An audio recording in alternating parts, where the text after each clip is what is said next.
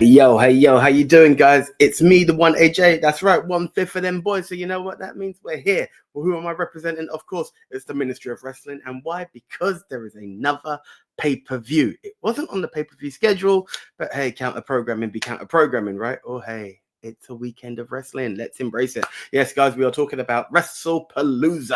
I tried to do that in a Cody Rhodes style. Just a bit of history for anyone who didn't know. Wrestlepalooza was originally an ECW pay-per-view before the fold, and yes, somehow it's back, but there's no Extreme Rules matches in there or anything to give a nod to the old ECW, apart from 2 matches under the Wise Man's banner, probably because the Vision are there. Anyway, talking of the Vision, let's kick it off with married couple versus married couple. CM Punk and the returning AJ Lee takes on the visionary Seth Rollins and the man Becky Lynch. Had the guys vote? Let's have a look. She's back, guys. She's back. AJ Lee is back in the house. She's with CM Punk. And the Vision are going to lose this one. So there's no way the Vision are going to lose 2 matches in a row. I said they're winning the other one. This one, I'm seeing it. CM Punk, Chi-Town's very own, with AJ Lee, taking the victory. Sorry, Seth. Sorry, Becky. You guys are going down. CM Punk and AJ for the win. Yeah. Don't really care. AJ Lee's back. So? So what? Oh, nostalgia be a powerful weapon, huh? Wow. Yeah. AJ Lee's back, so I guess they're gonna give it to her. Probably won't be the last match.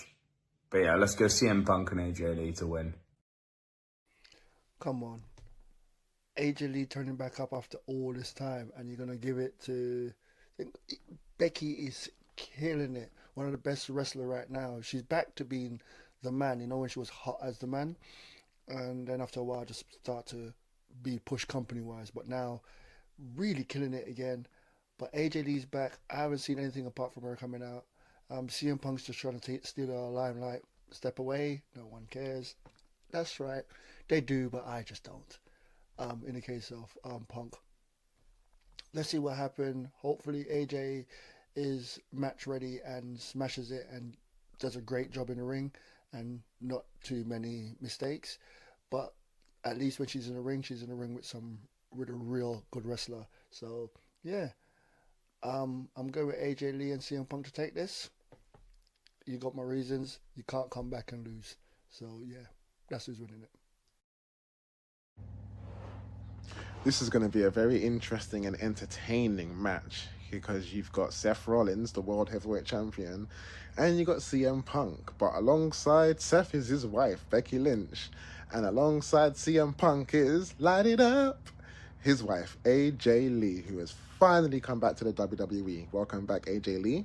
And come on, it's her first pay-per-view. It's her first match after 10 years. So, of course, they're going to win. Yes, he's the champion, Seth Rollins. Well, obviously, this is the feel-good match as well. Husband and wife versus husband and wife. I think it might be a first. Actual husband and wife, not storyline husband and wife. So, obviously, I think there's history being made there. But because it's her first match and it's the comeback, you can't make her lose, man. That would be very, very sour. It would not be a good look.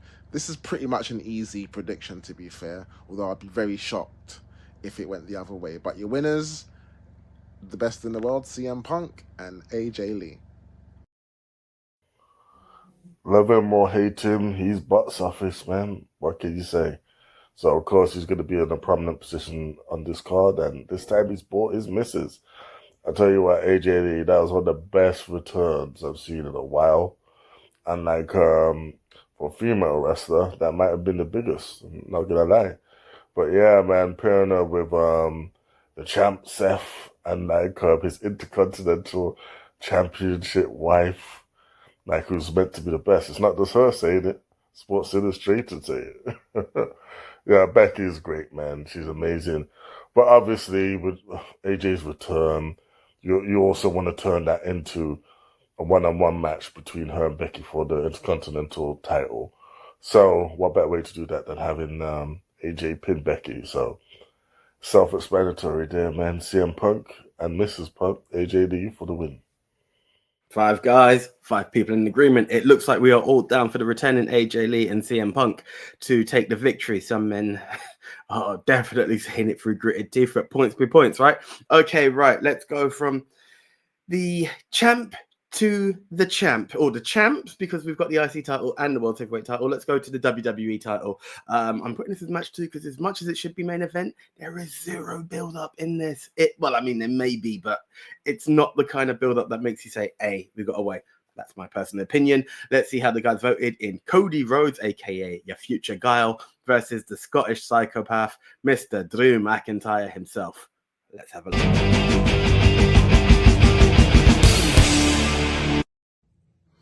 Don't need to dawdle. Drew McIntyre's amazing, but he's not taking the belt off of Cody. So, yeah, Cody Rhodes to win. Drew McIntyre was a star during the lockdown era, but he didn't get to have the crowd pop when he was coming out and everything like that. It was just TV screens. He needs another chance of having a title, having the title, and having a good run again. But yeah, it's not right now because they're pushing for Cody and so on and so forth. But with that said, I'm gonna stick with Cody. Yeah, Cody's taking this. He not too long to win the belt again, and I think he's gonna have a main event at WrestleMania for the 3rd time. Don't know against who, but yeah, I can see him going WrestleMania again. Drew, sorry, bro, but another time. I need Drew to win this title and have a good run. Yeah, please. The great thing about these two is I remember that there was a time when we were saying we need to put that title on Drew. You know, it was Drew Mania. It was like, let's go Drew. It was Drew everything, you know. There was even a certain point where we wanted him to obviously end a certain streak from the bloodline in his hometown, but that never came to suffice. However, he has had his claimless victories as WWE champion, and he beat the people he wanted to beat. Getting it now is just another addition to his title haul. And you know what? I would say he's doing all the right things to become champion, but I don't think so soon after just winning it back from John Cena that Cody Rhodes would lose so quick. I mean, again, this is not the Attitude Era anymore, so there's not that hot potato situation, not with the heavyweight titles at least. Maybe with the mid-cards, but not this one. Again, I think this is probably an easy prediction, and there'll probably be a second match to follow up. So your winner and still WWE champion, the Nightmare, Cody Rhodes.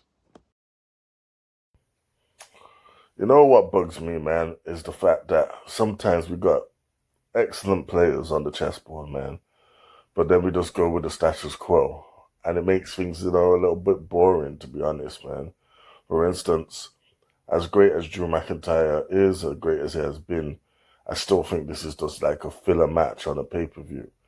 I would, for one, definitely have Drew McIntyre win the title because Cody's off filming Street Fighter, so, put the title on someone else for a while, man. Cody doesn't have to hold it again for how many long, like for a long time, to WrestleMania or anything like that. Let's swap it a bit. You can. There's 2 titles, man. You can do that. But hey, I don't think they are, man. I think Drew McIntyre is just here to be that guy that makes other guys look good, which is really sad, and I don't think that's going to change here. Cody Rhodes for the win. Nowhere near enough build-up. I don't even want to put a disrespect on his name, but Drew McIntyre is not walking out the WWE champion. This is Cody Rhodes taking the victory one more time. More build-up, you might have convinced me, but Cody for the win. That's the way. So it looks like he's going to Hollywood with the title, according to the Ministry of Wrestling. So far, guys, 2 matches, all 5 guys on the same course. Doesn't make much for the points changing. Some already believe it's full gone. But either way, we continue because we continue. Mania is not too far away, but still far enough. Okay, let's go into the 3rd match because, hey, we need to try and see if there's a split. Let's talk about the returning Usos, Jay and Jimmy Uso versus the Vision. Yes, we are talking Braun themselves, Bronson Reed, Braun Breaker, 2-1-2. How did it go? Let's have a look.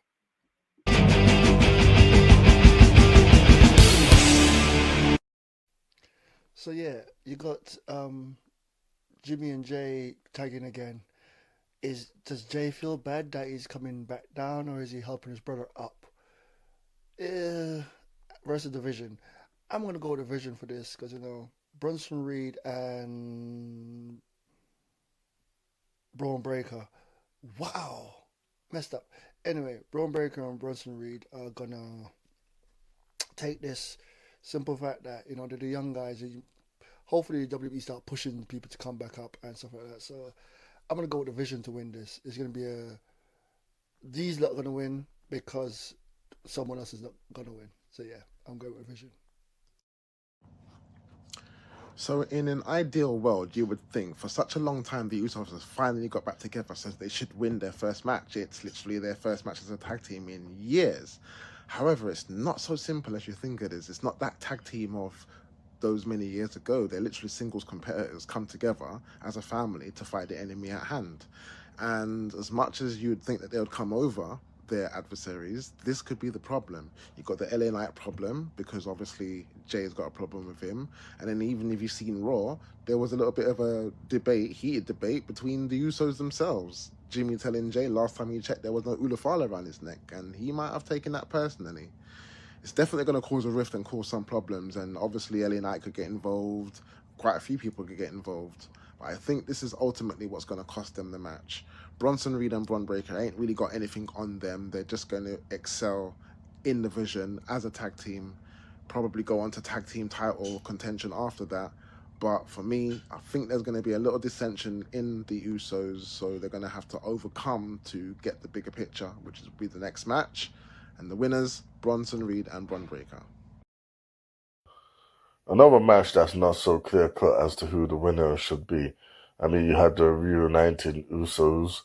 The question is, what music are they going to come out to? JG or their classic Day One?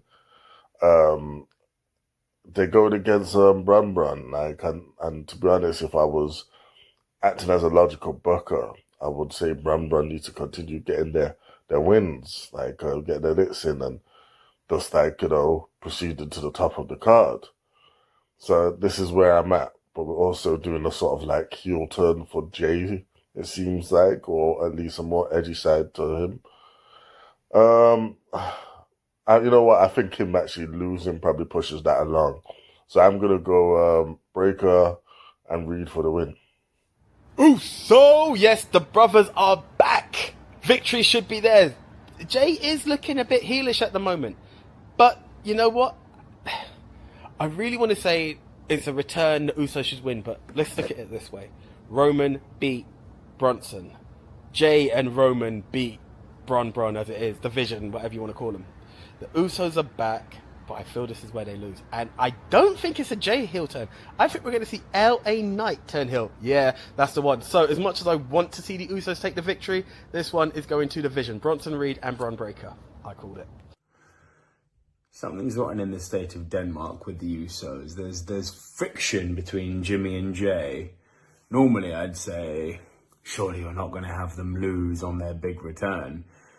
But equally here, my attitude is you don't really want to have Braun losing when Division are on such a tear, right?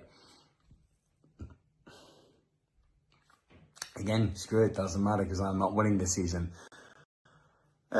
Let's be bold and say the Usos. Okay, so we have a division because someone doesn't believe in division. Yes, that's right. Nico has gone for the Usos, bro. In heart, I'm with you. I believe the Usos should take the victory, but I'm trying to be tactical here. And hey, who knows? Fortune favors the bold. Nico may indeed be the winner based off of this one, but not all is at loss. Will the ministry be back in unison, or will we continue to divide as we talk about the crowning of the Women's World Heavyweight Champion?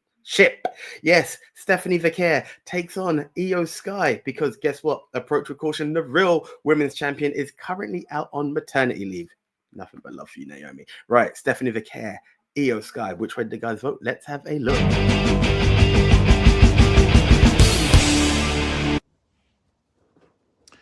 This match should have happened quite some weeks ago. The moment Naomi relinquished the title, by the way, congratulations, Naomi, on becoming a mother. But yeah, this match should have been done a long time ago, but I guess they were trying to hold off for as long as they could to put it together for this new PLE on ESPN called Wrestlepalooza. And it's obvious with the storyline that's going on with Io Sky, and obviously Stephanie Fakir is the unsung champion. Pretty much so, she probably should have been champion since she left NXT, but obviously they were waiting for another moment as well. And obviously for that big moment feel, I believe they're going to crown a new WWE Women's World Champion, La Primera, Stephanie Fakir. As good as Io is, and as much as I would like to see her become champion again, she's had her run, so now it's La Primera's time. So La Primera, Stephanie Fakir for the win. The thing I find real hard about this one is I'm not really sure who they want to push as the main woman on Raw. If it was Stephanie Valkyria, who you do see standing in a lot of high prominent press conferences that got along recently, meaning they think highly of her. Or it's like, do they want to go with Io Sky, who's basically just a reliable favorite? I think I'll hinge my money on Io Sky, because I think eventually they want to pay off this whole Rhea Ripley can't beat her by having Rhea Ripley indeed beat her. Stephanie Valkyrie is definitely like their future goals, but that's future, and I don't think it's right now. I think if Naomi was still here and she was still the champion, she wouldn't have won that match in Clash at Paris either. So yeah, I'm gonna go Io Sky, the winner and new women's champion. So if you ask me, the real situation is they need a stable hand to be their women's champion. Stephanie's not even held the mid-card title, and I think that's where she would go. So I'm going to go for it one more time. Yeah, that's right. Io Sky will be your world women's heavyweight champion. Io Sky for the win. Possibly the hardest one to call on this card, just because obviously we've had a course correction since Naomi got a bun in the oven. I believe that when Stephanie was going to be going up against Naomi, she wasn't going to win the title, but they've just taken the title off of Io, so to put it back onto her at Stephanie's expense, it's very, very tough to call. But then you got Asuka to think about and how she's playing a role in the background. And you know what? I don't really care. I've lost this season anyway, so I don't need to think about this. I'm going to take a gamble here. I'm going to say Io Sky to win. This is interesting because it's the second time someone dropped the belt due to pregnancy, but last time they just handed it over and go, "You want Money in the Bank? Here you go." But the thing is, Naomi was Money in the Bank. Good thing she cashed in before things. Imagine she didn't cash in. What would have happened? She would have handed over the Money in the Bank. Anyway, moving on. Let's talk about this match. Io Sky. Yeah, they're gonna just put the belt back on a reliable person that they know. Stephanie, everyone sees going to be champion soon, but yeah, I think they're going to just put the belt back on Io, and then Rhea and Io can start it all up again. Never know. But anyway, Io Sky's taking this. Okay, so there's once again a bit more of a split within the ministry. Yeah, all of us seem to be going for Io Sky, but Leon seems to believe in La Primera. Will she be La Primera or La Segunda? We don't know. Time will tell. But best of luck to both women because it's going to be a big, big match. Further explanation, when I say she deserves a mid-card title, it's just from the transition. Let's build the mid-card title. You've got Julia holding the US title on the other side. Those two came up together. It's just the way I see things. Anyway, now, guys, let's go for the main event. Yes, we are talking the Beast incarnate himself, the returning, even though some people may not agree with it, Brock Lesnar taking on the never-seen 17, the last real champion, the greatest champion, no longer the champion, fresh off of the official, second real face turn John Cena, but real match that we actually believe he's got a bit of a challenge. So how do we see this going? Let's have a look as the boys talk about John Cena versus Brock Lesnar in what could be the very last time these two boys feud. Let's have a look. So, controversial. A match many think that shouldn't happen. But hey, look, Cena's on his way out. He wants to fight most of the opponents he can, that he's gone throughout the years, his classic opponents. And like, there's still some that he won't be able to, he won't be able to do Jericho or Edge, but he can do someone like Brock. And like, like it, lump it, whatever, man. Like, TKO have decided he can come back, so he's back, and we got this match. Who wins? Now that one is a little bit tricky because, again, do we have like Brock come in and just rain on Cena's parade, final time they fight? But then if you have him lose, does that diminish, the whole beast status? I'm gonna go out the limb. I'm gonna go for the happy ending. I'm gonna go Cena beats Brock. That's because I feel like that will probably be a more better close consider the real life implications, and also like the high that Cena's been on in his final run. So yeah, Cena for the win. This is a tough one. This is a tough one. Brock Lesnar, John Cena, one more time. The retirement tour imminent. John's only got a few more matches, so we can't be playing too long with people. But Brock has just returned, and you don't make Brock just lose like that, do you? So how do we do this one? How do we do this? I think we're going to go for best of two on this. I don't think we've got time for a rubber match because John's got a limited dates. But on this one, Brock Lesnar takes the win on their second comeback. John Cena stands on top. So right now, the beast incarnate, Brock Lesnar, takes the win. You see, I could use this as a means to talk about how much of a disrespect it is to the French fans who, after the amazing crowd they had in Lyon at Backlash, and again an amazing crowd at Clash in Paris, but WWE doesn't reward its fans, just takes their money, right? They've already taken the money from the fans for Clash in Paris. Why the hell would they do something stupid like actually give them the match which was advertised at SummerSlam, which is Brock Lesnar Cena? No. Let's create a whole new premium live event which isn't premium and put Brock and Cena on that. Just make sure that it's on the same night as AEW's All Out pay-per-view. Good job. Cena isn't losing Jack in his farewell tour, so he's lost the title, but you know what I mean. In the build-up, he's literally got 5 matches left. So, for the last time, John Cena will beat Brock Lesnar.